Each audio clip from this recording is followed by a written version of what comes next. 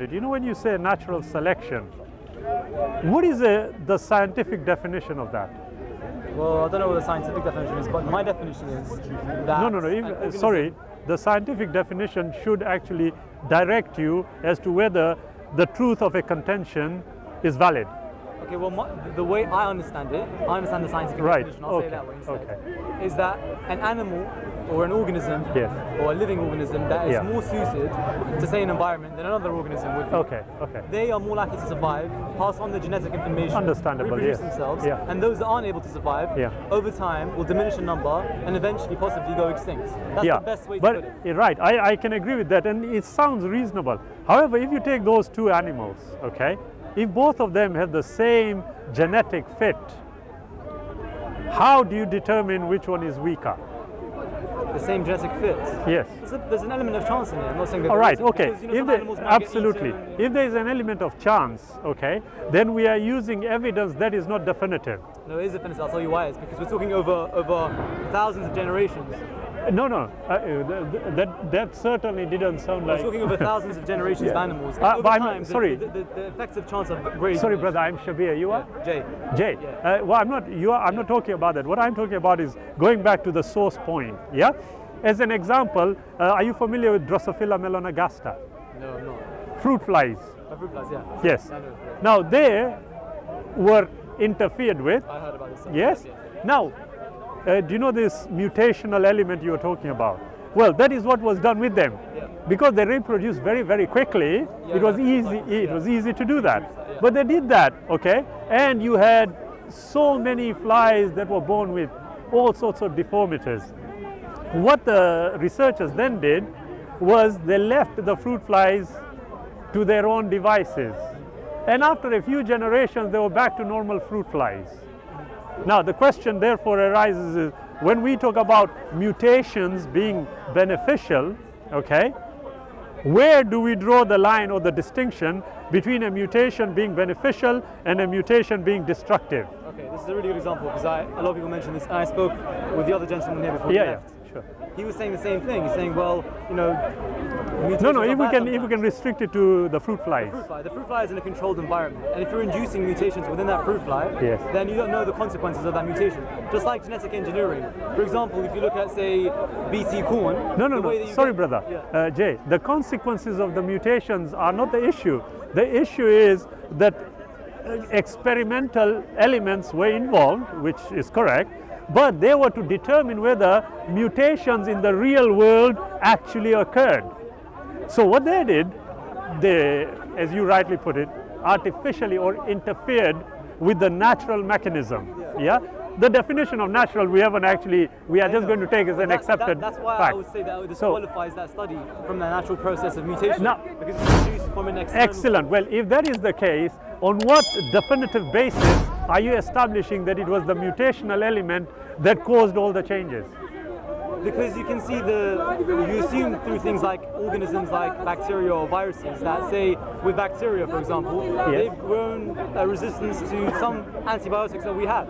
But those resistance, very, very, very absolutely, and they've changed in terms of the genetic. I can agree with that. One mutation, that's example. Human beings. Is it a mutation though? It is a mutation. How do we know that? Because it's not a natural occurrence. It's been induced through the introduction of antibiotics. Now wait a minute. And they. Yeah, if the vehicle has the necessary arsenal within the program, is it a mutation? But it's not within it already. Because to say that's within it, it's to presume that the bacteria knew that Fleming was going to create antibiotics, and then it's going to be... Not at all. If, for example, you have got genetic switches, yes? You take a multitude of elements, as soon as they come in, the switch automatically switches. Now, you see, the problem here is this, that we are talking on a speculative basis. What you mentioned is epigenetics. It's a completely different but there you are. Yeah. But having said that, you take it a bit further, the control tests were being made to establish the validity of the suggestion that it was beneficial mutations. However, if you take it a bit further from the discussion that you are having, the brother was trying to point out a change from species to species, okay? You on the other end was saying, wait a minute, you can't do that. the changes are so minute and over such a long period of time that you won't see these, you know, major differences between the species. I assume that is what you are saying. Lifetime, yes. Yes. Lifetime you cannot. Okay. Now, the problem then arises this. You know, when you talked about Homo erectus, yeah, these are hominids, okay, and as you said, they are bipedal, which is fine. But the evidence that we are assessing is leading us to a particular conclusion based on our interpretational element. Is that not correct? Based on the interpretational element? Yes. How we, for example, let's take one classic example that we are using today. How do we know that a particular hominid is closer to Homo sapien? What was the determining factor? Determining factor of that? Yes, to determine whether this is closer to the pungids, that's the ape world, or to the hominids, or the human Homo sapien. The characteristics, through the bone structure, through the skeletal structure. But the bone structure has to have a definite model already to measure against. The model is Homo sapiens, us, because we're trying to figure out what we do. There we are. So the one previous to the Homo sapien, how did we determine whether this one is a direct descendant? I'm not sure how they determine that, but so on what the characteristic, that's the main thing. I see. I work off the character. I don't know the specifics. Right, I see. But I ask people to use the rationality and look at the characteristics. But I am using the rationality, and I'm asking, if we are not aware of the details within what we are viewing, how can we formulate a reasoned conclusion? Because you don't need to know the specific details all the time. Excellent. Sometimes you can look at something and say, well, I can see a similarity there. Okay, let me ask you this, brother. I understand. Sahelanthropus cadensis. Are you familiar with that? The Greek term. What's the right. English Okay. Let's do it this way. This is a particular fossil which the paleontologists suggest is the closest relative to the Homo sapien. Okay. Why? Because the apes in general, yes, the area where the backbone goes in and the spinal cord, okay, is slightly curved, okay, in the apes. But in the human beings, it is straight, yes? The foramen magnum. Now, I'm not just using these and bringing them up. It is to show that, look, if you are not familiar with the details, you are going to misinterpret the big picture completely. Sure, so now it can happen. Now, not only that, I'm just using that as an example, yes? So you have cadences, but that is based on a skull.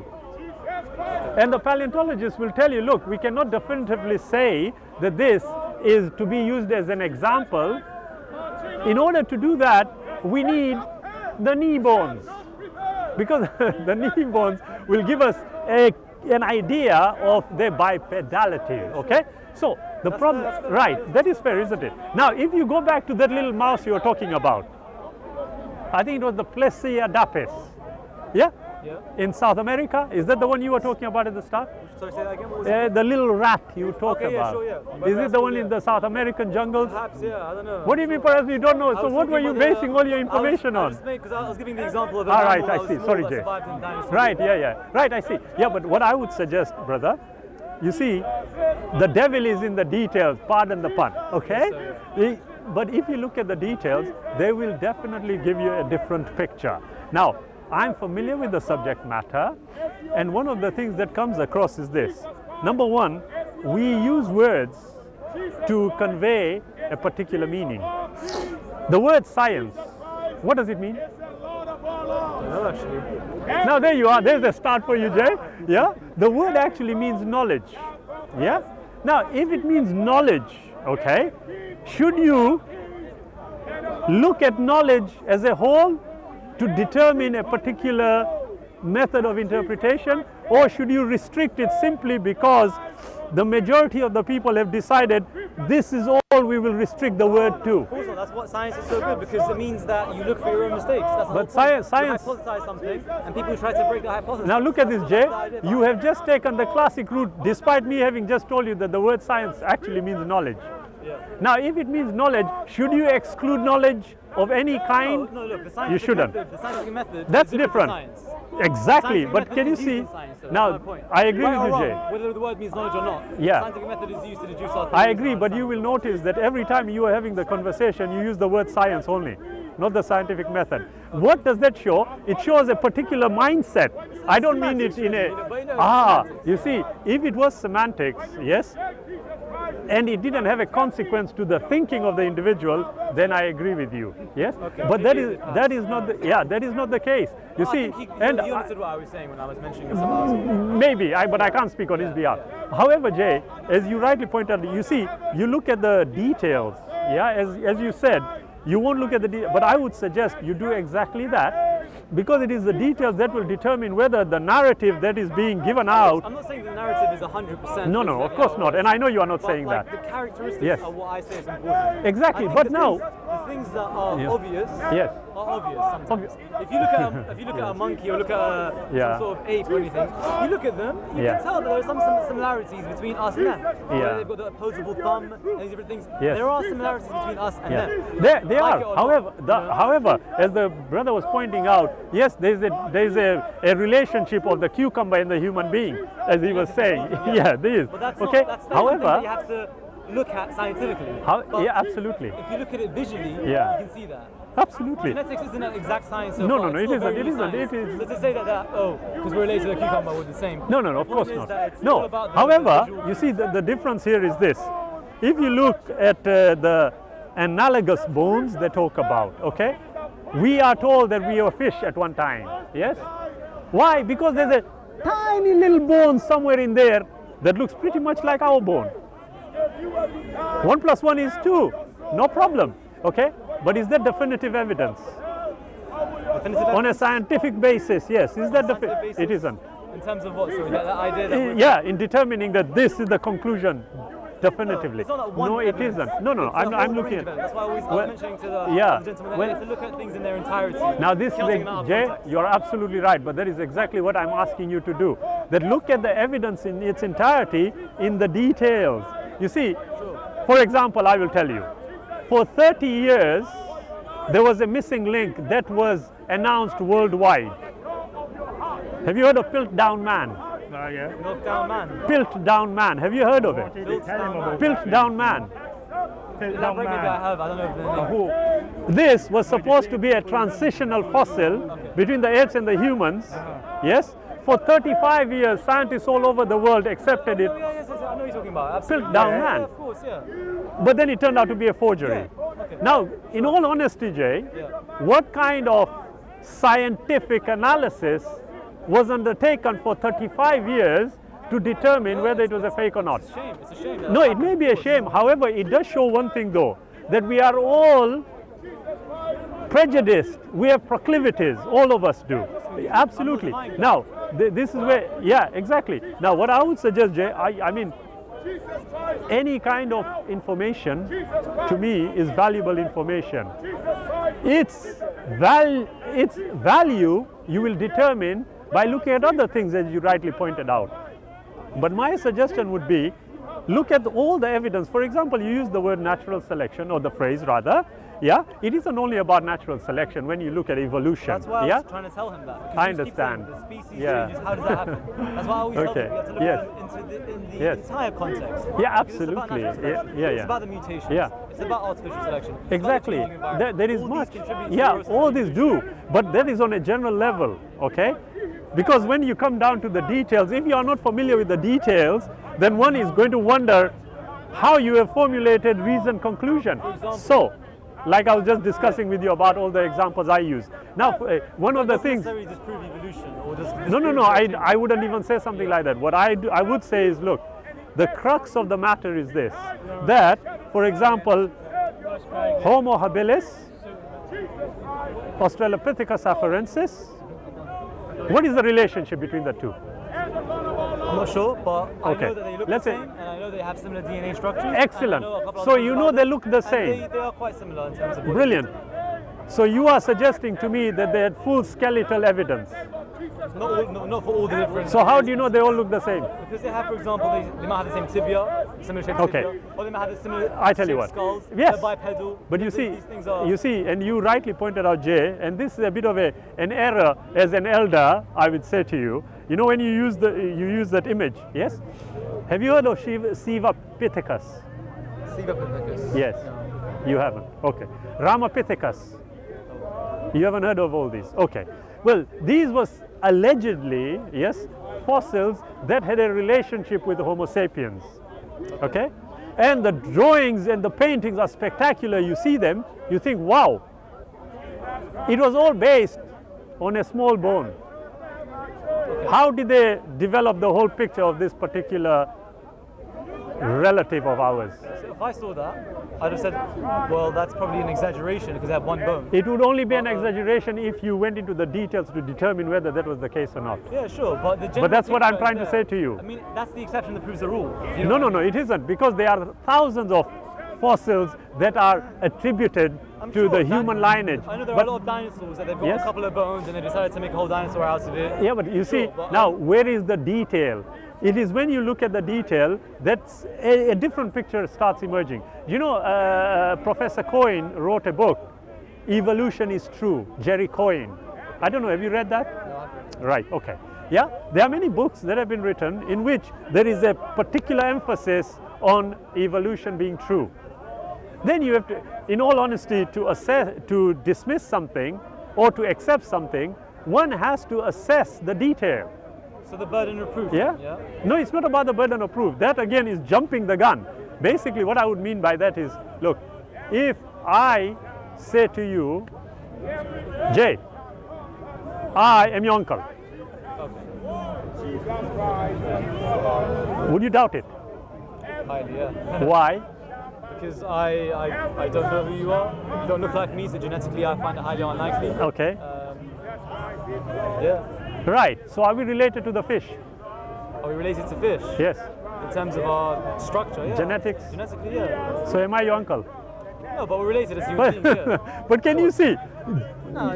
Technically, that's a little trap. no, not at all. No, my brother. No. It's just. No. It wasn't a trap. It's just to say. We are genetically related. We're human beings, you know. No, absolutely, brother. Yeah, no. But basically, what I mean by that is, look, how you view something can actually change in a split second depending on the kind of wording one applies. Yeah. That's now, sleight of hand with your language, you know. Yeah, that's why I exposed. No, I didn't ask you questions. No, I was just carrying on with the discussion. That's all. I want to ask, if not that, what else? That's the best question I have, because excellent. We have all of this evidence that we have accumulated over hundreds of years. If not that, what else do we have that tells us about us as human beings, about this planet, about the history of our race? I have no problem at all. You see, the distinction I made earlier on. I was one more thing. Sure, I can accept.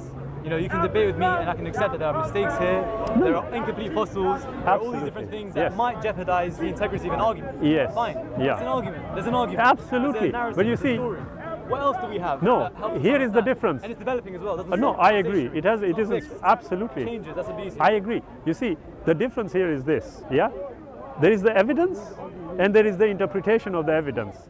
My contention is with the interpretation of the evidence, not the evidence itself. Because as you have just rightly pointed out, the end game has not occurred yet. There are a huge amount of evidence to be unearthed as yet. Yes? Sure, yeah. So, it's at this current moment in time, it is the interpretation of the evidence that I am addressing. Yes, and that is why I'm constantly pointing to the details. Yeah? Sure. So, for example, Professor Coyne, one of the examples he uses, and especially Professor Richard Dawkins, he uses the example of this particular nerve, the recurrent laryngeal nerve. Are you familiar with that? No. Right, okay, fine. He uses that as an example to show if there was a creator, he was pretty thick as far as they were concerned, okay? But you look at that example and you think to yourself, wait a minute, this is not being addressed the way it ought to be addressed. Yes? However, taking that a bit further, you know, when you were saying that, look, there isn't evidence for a creator, or no compelling evidence for a creator, whatever, yes? I say there isn't evidence for or against. I say it's on the realm of science for that. Right, now you can't use any evidence. Now, there you are again. And you know what?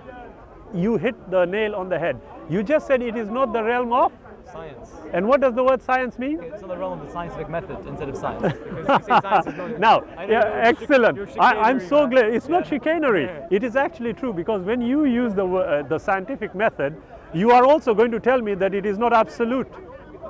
The scientific method? Yes. As in it's not absolute in terms of its conclusions? No, not only that, in terms of how it is formulated.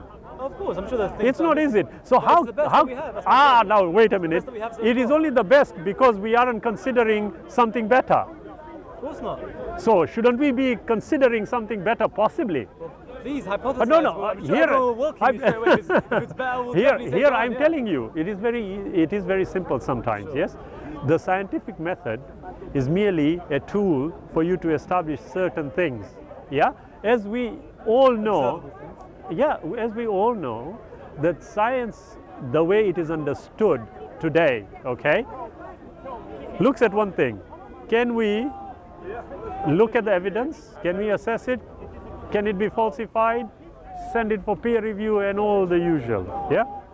However, that cannot be applied to evolution per se. I agree, because yeah? it's not something observable. And now, exactly, but that means it is outside the realm of the scientific method. Sure. And if that is the case, should we equally dismiss it like we dismiss God because it's not within the realm of the scientific method? Evidence, that's the thing. There's physical evidence. There you are. You see, evidence. Science doesn't only, the way we understand science, doesn't only rely on physical evidence, does it? No. Yeah, Actions, it doesn't. But as Professor Dawkins said, it is information that is gleaned and all the evidence is assessed and the best inference is drawn. Yeah. What does the word inference mean? Inference, something that you say based on something else like evidence or... Exactly. And there's a possibility that tomorrow some new piece of evidence will come along and this will be overturned. So, I would say that's the thing, with big theories like evolution, which have been kind of proved in terms of how, say, bacteria that have very, very short life cycles, or like mosquitoes or other animals, you can verifiably show mutations and changes in an organism. Well, actually, have you got any definitive evidence for that? Yeah, I can give you artificial selection. Well, artificial selection is not what you just said about bacteria. Okay. However, you are right. What I would say, absolutely. But my suggestion would be on this: should we not possibly also consider controlled evolution? Controlled by? Sure. Not controlled by. I just said controlled evolution. Isn't there a possibility? It doesn't. Why? Now look at this. We are looking at observable evidence, aren't we? Yeah. Although we know that the theory itself doesn't have that kind of evidence. It is the best inference that has been drawn from the available evidence. Sure. Yeah. That's what it is, okay? I don't have a problem with that. What I'm saying is, look, you said, is there an alternative? I'm saying, is there a possibility of controlled evolution? Now, what does the word control mean? It means different things to different people. Okay, humans, there you animals, are. You see, it can be other extraterrestrials, by extraterrestrial, by a being that is not seen. There is a possibility. If we can think of the idea, we can posit it, we can dismiss it, but it should be dismissed on a rational footing.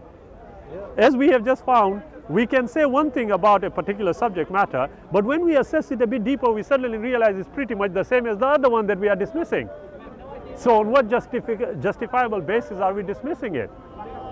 Because the idea that someone else is controlling it, that we can't see, that we can't hear, that we can't speak, isn't in the realm of science, because you cannot know more. Are you using the word science again? Yeah, knowledge. You mean the scientific method? No, science. I mean, right. If you use excellent. That's good. Yeah. You see, science means knowledge. Absolutely. And something like an omnipotent God, especially in the Islamic tradition, you cannot know God. So he's not in the realm of science. Now, so there's no point. No, not at all. Because you can't know about it.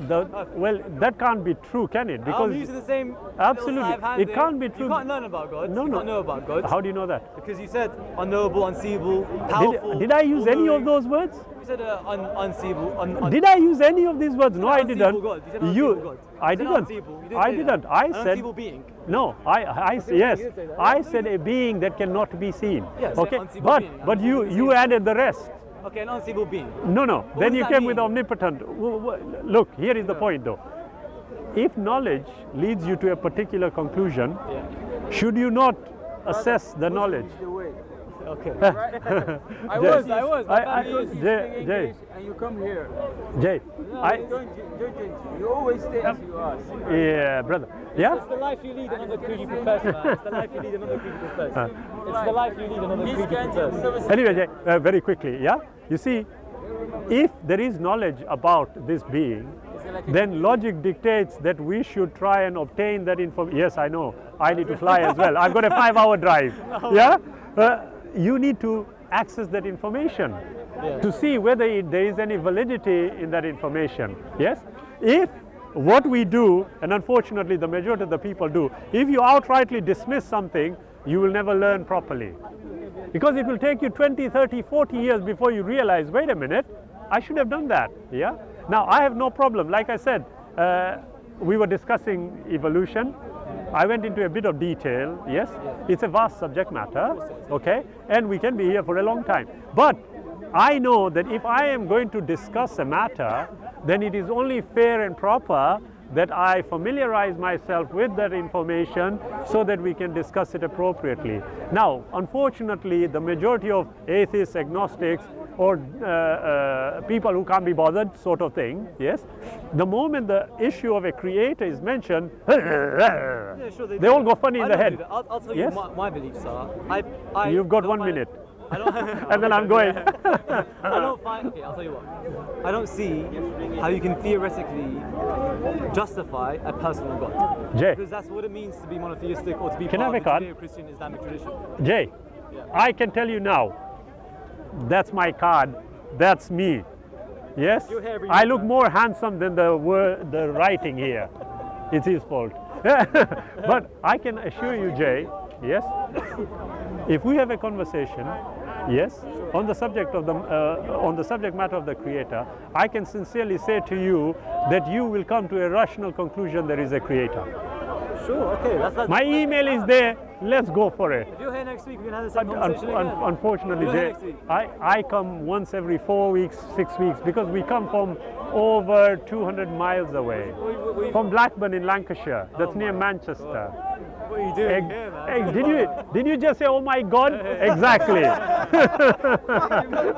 Jay, do email him though. Do email him. Yeah, please do, Jay. And I mean this as a brother.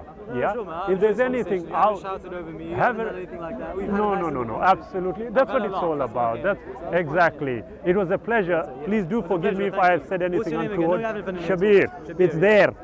There. Yeah. It was a pleasure meeting. Do drop me an email.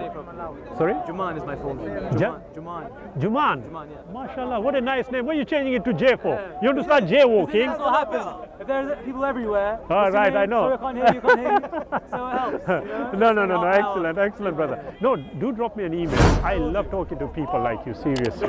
Yeah? Drop us an email. And I am prepared to answer any question you throw at me. Even which girl you need to marry.